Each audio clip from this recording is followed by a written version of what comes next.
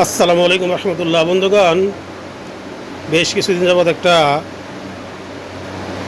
কথা নিয়ে খুব তোলপাড় চলতেছে। সেই বিষয়টা হলো ইসলাম ব্যাংক।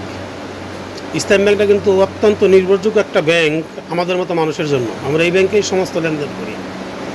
তো আওয়ামী লীগ সরকারের আমলে এই ব্যাংকটা নিয়ে বিশাল এক গভীর ষড়যন্ত্র কিন্তু হয়েছে।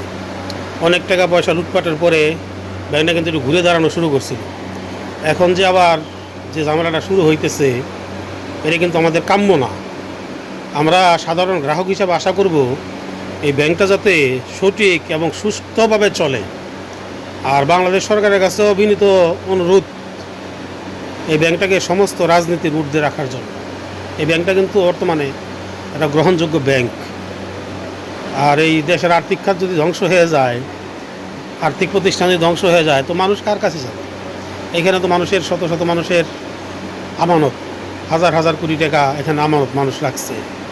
তো মানুষের আমানত যাতে নষ্ট না হয়, এটা সংশ্লিষ্ট কর্তৃপক্ষ যারা আছেন সুবিবেচনায় নিয়ে এরপরে বিষয়টি দেখবেন।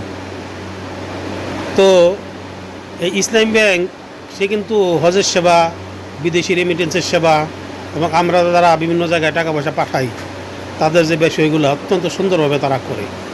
তো এইটার গঠনমূলক যে কর্মকাণ্ডগুলো এগুলো যাতে ঠিক থাকে সেদিকে খেয়াল রেখে এবং গ্রাহকদের সর্বোচ্চ সুবিধা গ্রাহকদের যাতে দেওয়া যায় সে ব্যবস্থা আপনারা করবেন।